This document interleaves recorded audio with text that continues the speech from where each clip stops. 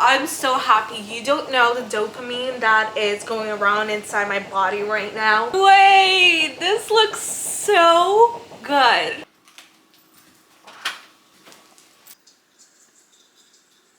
Good morning. It is currently 10:51 and I just got back home. I washed my face, do my skincare with you. That's okay. And while I'm doing my skincare, I want to do a little chit chat with you, a little FaceTime, if you will. So I've kind of started off really strong for me. In January, I was able to go on my first ever brand trip. It was actually supposed to be in Palm Springs, but because of the fires, they changed them to Miami, and I live in Florida, so I was kind of bummed out, I'm not gonna lie. Nevertheless, I'm always grateful. It was such a big opportunity for me. Stayed at the one hotel, which is one of the best hotels in South Beach. Semi-good experience with my first ever brand trip. Since I gained so much weight, I felt a little bit insecure about my body, but one thing about me is that I'm a Leo and I'm not gonna let it stop me. So I was like, fuck it, I'm just gonna enjoy this experience and not let it get to me. The common questions I get on like how I went on a brand trip, I was working for Garage. Garage has this amazing program called Brand Ambassador Program, and it's called Garage Style Society, and there are tiers to it. Overall, the program is called Garage Social Club. So I was within Garage Social Club, I was in Garage Style Society. I was at the top tier of Garage Style Society. I was a mentor meaning that I was overseeing over 10 girls' social media. I was basically doing marketing, helping Garage with social media campaigns. Let's say there is a new hoodie that is coming out and there is a new color to it. We have to promote that product on our social media, especially mainly on TikTok. And I was basically doing this for over 2 years, but I didn't get that many chances up until 2025. I went on 4 different brand trips with Garage. First was to Miami for their off-duty social campaign. The other one was a mentor boot camp, basically in Montreal, because Garage is based in Montreal. And we went to New York for a retreat. Basically, it was like a boot camp, but also at the same time, it's like, imagine like a social club with a bunch of people. Everybody's shooting something. It was low-key a fever dream, I'm not gonna lie. And then afterwards, I went to Montreal again. This was literally right after New York. I went to New York. I went to Osheaga right after to Montreal. I was able to see Gracie Abrams and Tyler the Creator, a lot of amazing artists like Marina. This was my second time seeing Gracie, and I was kind of bummed out about it because it started raining and there was a thunderstorm alert, so she ran off from the stage. Couldn't sing That's So True, which was kind of tragic, but it is what it is. It started raining. It was a whole mess, but I'm a person who doesn't let anything get to her. Try to see things on a brighter side. If it's raining, it is raining. I can't do anything about it. I can't control the weather. I always have a positive mindset going into things. In New York, I was very fortunate to see TikTok headquarters, which was a surreal experience, but also at the same time underwhelming. I thought it was gonna be, the headquarters was gonna be like this big fancy office, but no, it was actually like a normal office where people actually work. Imagine like a regular office. I mean, there are no cubes or anything, but like it was underwhelming, I'm not gonna lie. From TikTok, I thought it was gonna be more. We met 2 amazing people from TikTok headquarters, and I'm not gonna lie, they gave us nothing when we asked questions. I mean, they probably signed like a crazy NDA, so I know that they probably can't give away anything, but it was also very helpful to see how your growth is. You getting recognized by the people from TikTok is crazy to me. They put my face on the screen and I was like,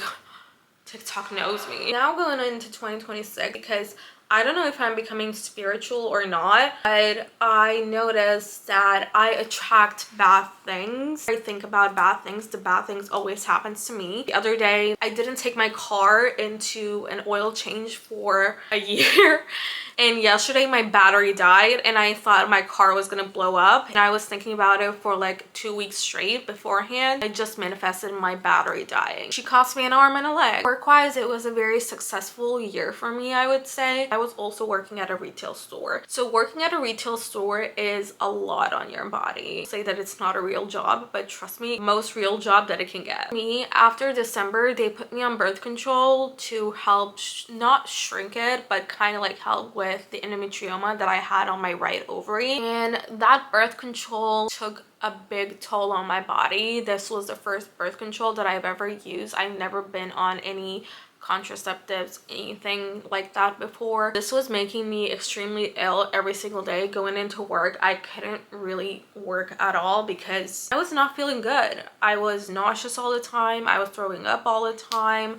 I was dizzy, I was fatigued. After going off that birth control, I found another doctor. He put me on a different birth control. Even though it was helping with symptoms, it was not really helping with overall with my body what was going on. I was still feeling sick, I was still nauseous. Later on, we learned that it was stage 4 endometriosis, which I will get in there in a second. During August, I remember one day we went to another store to do a layout and I lifted one thing up. After that, it was history. That I thought I popped cyst again. To the ER, they did a scan, they did everything. My cyst was now 11 centimeters. The first doctor said that I need a surgery right away, but my second doctor said that we can try to like see how it's gonna go. You don't need a surgery right away, because I was very scared of surgery. That it was 11 centimeters, and they talked to my doctor. He was like, yeah, there's no way like you're getting that surgery. On September, I took an FMLA, which is basically medical leave. In October, I had my laparoscopy. Basically, they go in with like this big machine. I'm not gonna insert any pictures over here because I don't want to traumatize you. Right side, the endometrioma was so big, it started shredding. Left side, which we thought it was completely fine, turns out that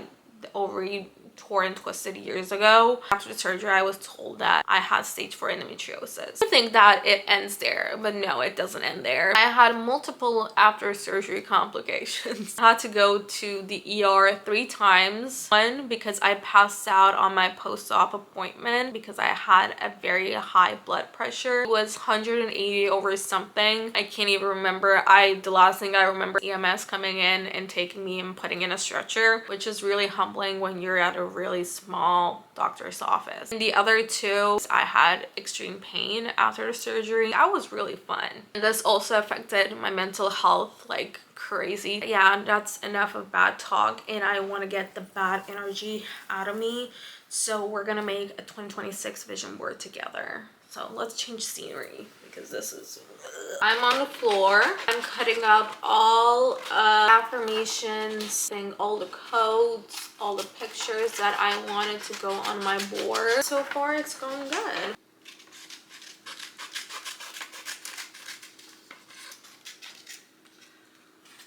This year, I really want to focus on myself because I recently just resigned from my position. I don't have a job now. I want to focus on more of creating content over here, especially on YouTube. I noticed that I really enjoy doing YouTube. Little Shay's biggest dream was to become a YouTuber.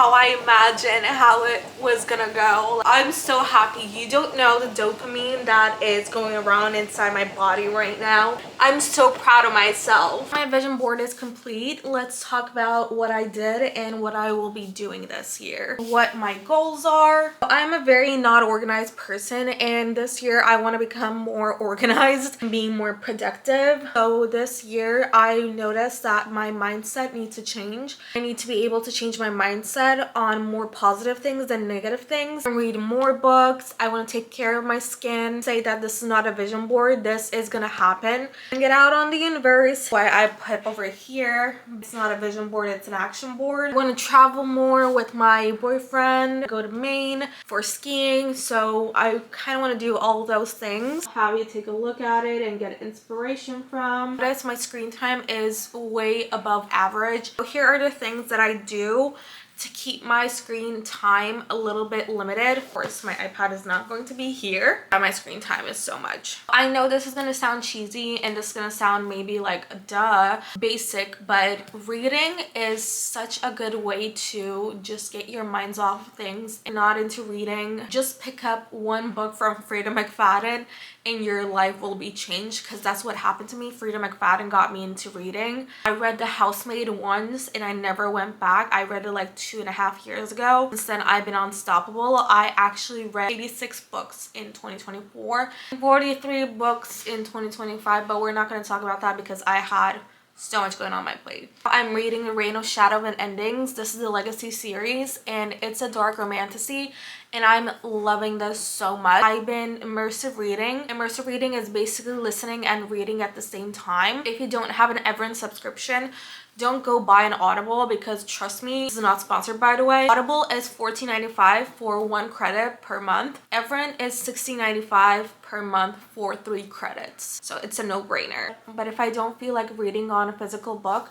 I love my Kindle Colorsoft so much. She is my baby. She's my everything. Fantasy reader like me, I think investing on Kindle Colorsoft was the best thing that I've ever did. There's also most of the time a lot of deals on Amazon for Kindles. We talk about my case, please. Thank you very much. I'm gonna show you the inside, but I think keeping a diary on a daily basis and writing down your thoughts, especially someone who struggles with OCD so much, sometimes seeing your thoughts on paper is kind of scary, not gonna lie. But it's a huge change in my mood. Who's not very organized at all and has ADHD, I have a very hard time keeping everything in check. What am I supposed to do that day now that I'm not working? I don't know what I'm gonna do. Start planning my days ahead. It gives me so much less anxiety. I just bought this planner for 2026 and I'm more of a spontaneous person. Also at the same time, I want to have my things organized this year. This is a regular journal. I just started making this. Look how stinking cute it looks. This journal is everything. It's giving medieval, and I've been doing a reading journal ever since I started reading journals. I was like, I need to make a regular journal for myself too, because listening to an audiobook and doing reading journal or just like a regular journal is quite life-changing. I love coloring.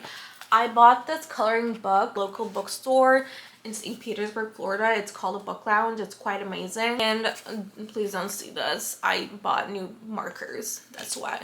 You can literally find it on Books A Million, Amazon, anywhere you want. The other thing that I noticed, the minute I wake up, I look at my phone or my iPad. Quite frank with you, I look at my iPad first, even look at my phone. But I replace looking at my phone or my iPad with doing my skincare first thing in the morning. Life-changing. Makes you feel so much better about yourself. Taking a nice little hot shower and putting a cute PJ on. Life-changing. But yeah, that was basically it for today's video. If you want to see more content of me, make sure to subscribe to my channel and like this video, and I'll see you on the next one. Bye!